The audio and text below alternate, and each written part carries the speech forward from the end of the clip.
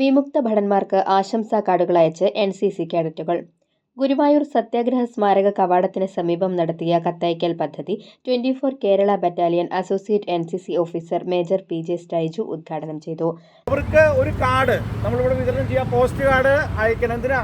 നിങ്ങൾ ചെയ്ത സേവനത്തെ ഞങ്ങൾ സല്യൂട്ട് ചെയ്യുന്നു. ആരെ? NCC-ക്കാർ. ക്ലിയറായോ? സൈന്യത്തിന്റെ ഈ വിജയ ദിനത്തിൽ നമ്മുടെ നാട്ടിലുള്ള വിമുക്ത ഭടന്മാരെ ഓർക്കുകയും അവരെ അഭിവാദനം ചെയ്യുകയും ചെയ്യുന്ന ഒരു കാർഡ് വിതരണ പദ്ധതിയാണ്. അപ്പോൾ നിങ്ങൾക്ക് ഓരോരുത്തർക്കും ഓരോ കാർഡ് തരും. നിങ്ങളുടെ പ്രദേശത്തുള്ള വിമുക്ത ഭടന്മാർക്ക് നൽകണം.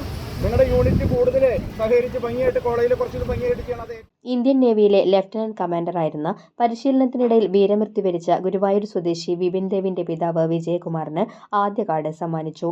ലഫ്റ്റനന്റ് TJ മിനി അധ്യക്ഷത വഹിച്ച യോഗത്തിൽ സൈനികരായ സുബേദാർ ശശി, രഞ്ജിത്ത്, ഗുർബത് സിംഗ് എന്നിവർ സംസാരിച്ചു. മകന്റെ വേർപാടിൽ ദുഃഖമുണ്ടെങ്കിലും ഭാവി സൈനികരായ NCC കേഡറ്റുകളിൽ അദ്ദേഹത്തെ കാണുന്നുവെന്ന് വിജയകുമാർ പറഞ്ഞു.